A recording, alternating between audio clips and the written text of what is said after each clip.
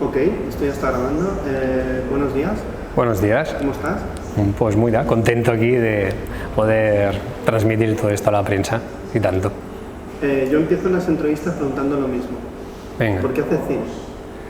¿O ha sido todo esto un accidente? No, para nada, todo lo contrario. Yo estudié ingeniería de joven y en un momento dado me metí en el mundo del audiovisual, ya mayor, en 2010, y es porque realmente había un tema que me llamaba tanto la atención, que es la naturaleza, la montaña y los territorios vírgenes. Entonces yo empecé a hacer reportajes de montaña, no películas, reportajes de montaña muy personales en diferentes puntos del mundo.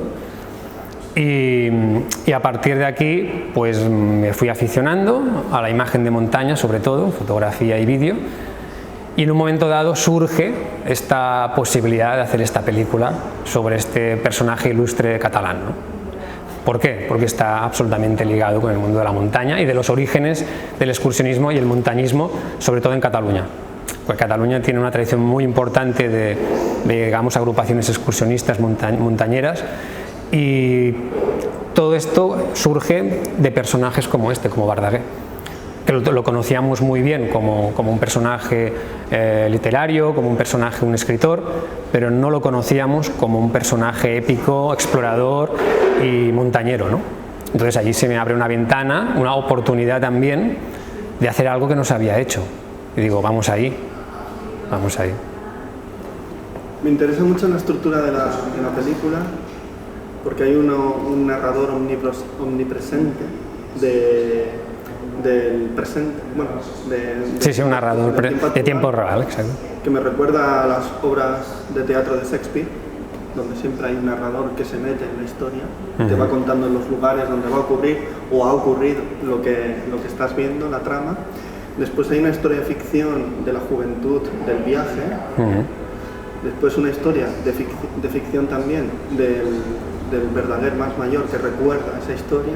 Y aún hay más, que después estamos leyendo el diario de ese viaje.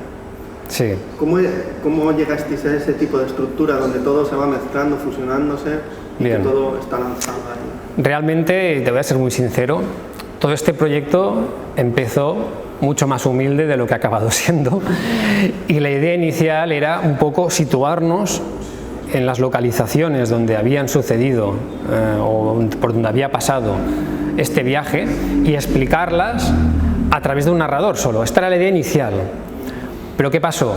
Que entonces se nos empezó a abrir opciones, y una de esas grandes opciones fue la de Lluís Solé.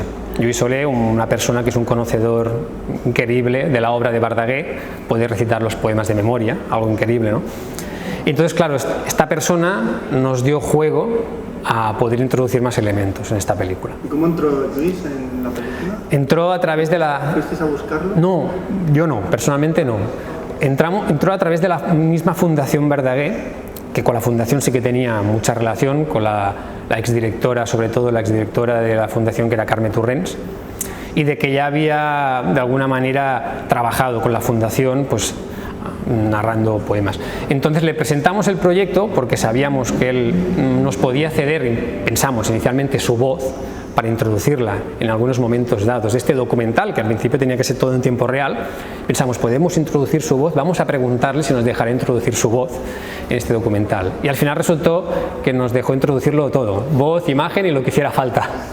Entonces allá hizo un giro de 180 grados todo, ¿no? Entonces dijimos, ostras, si tenemos esta opción y esta posibilidad, siendo el actor que es extraordinario, ¿no?, vamos a ir un poco más allá, vamos a explorar otras vías, a ver cómo podemos combinar el tiempo real y el tiempo pasado, y nos vamos a atrever con algo de ficción incluso, que también dudábamos al principio si seríamos capaces de hacerlo mínimamente bien, porque ya sabemos que hacer ficción y caracterizada es muy difícil y se necesita mucho presupuesto, y nosotros...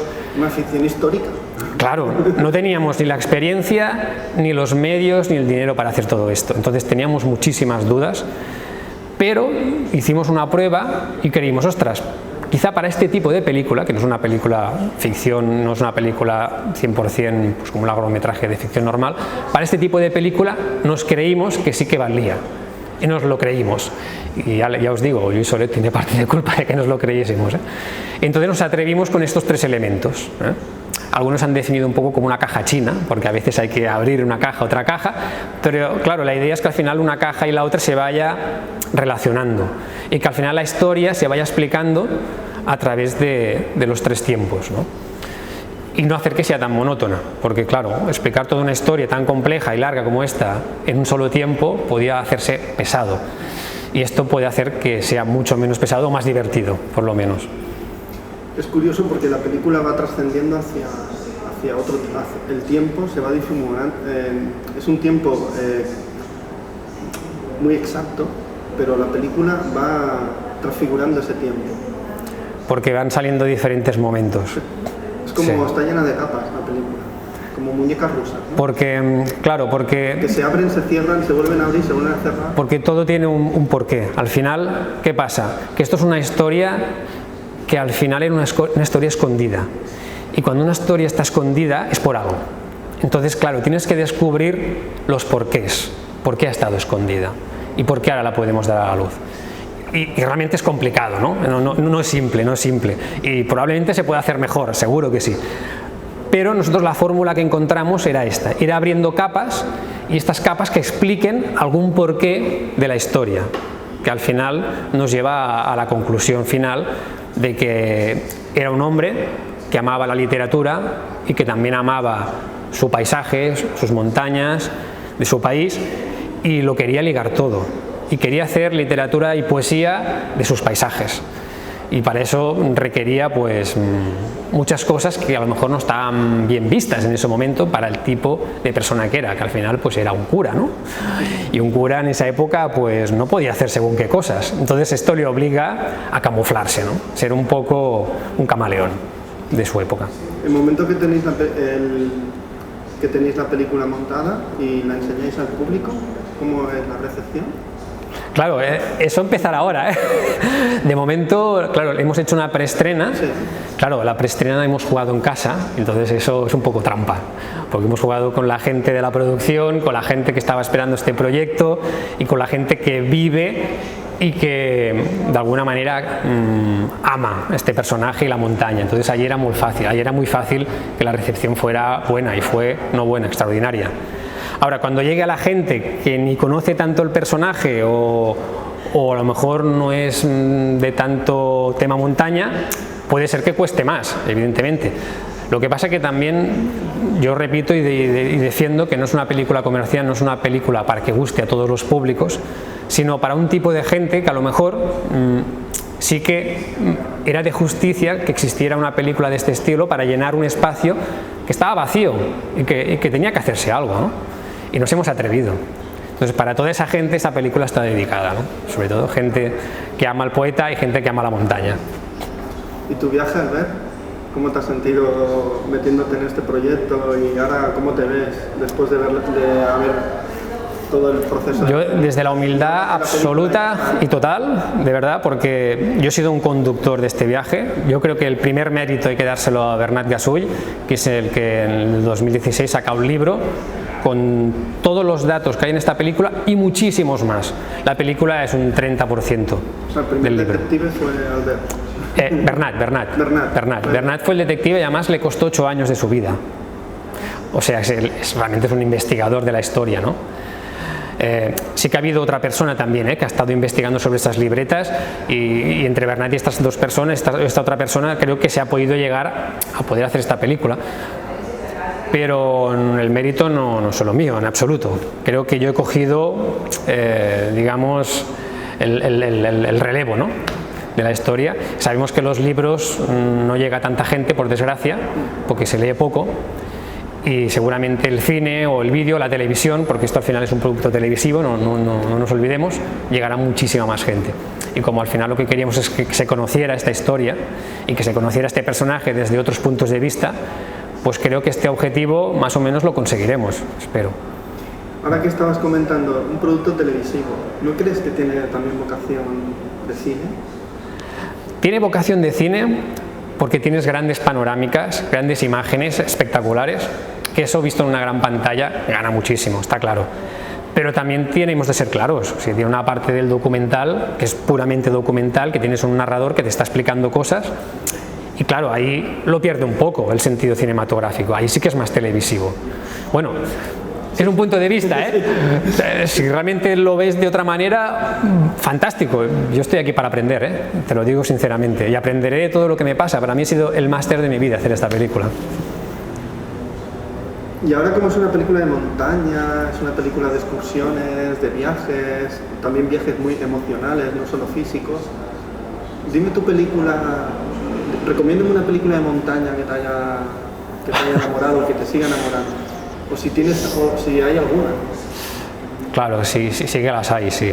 A mí una película que me entró y me impactó ya hace años es una película que se llama Tocando el vacío, Touching the Void, que está filmada en los Andes, y es una película que de hecho es una historia, tiene algunas similitudes con esta que hemos hecho, ¿no? Donde están dos tiempos también, hay dos personajes que están hablando de una experiencia que tuvieron brutal, absolutamente brutal, ¿no?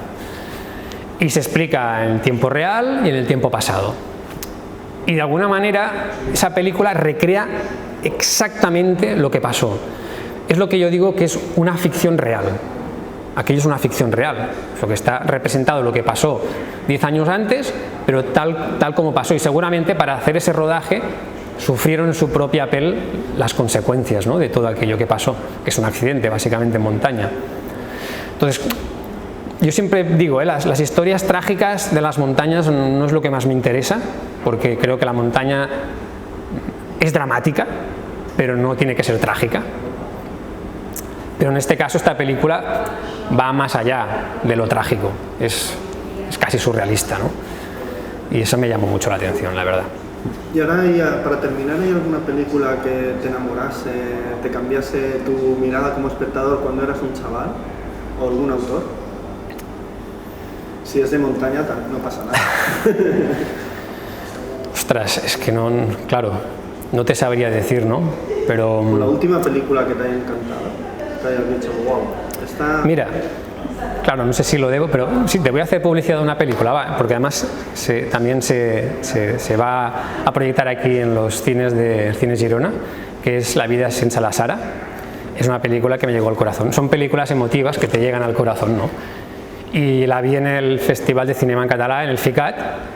No me lo esperaba, estaba ya por casualidad, y son de esas películas que casi en un momento dado te emocionas y casi te vienen ganas de llorar, ¿no? Y ahí cuando alguien consigue eso, pues chapo, lo has conseguido todo, ¿no? La emoción. Pues Albert, un placer hablar contigo de tu película. Y yo siempre digo hasta la próxima película. Ojalá. Gracias.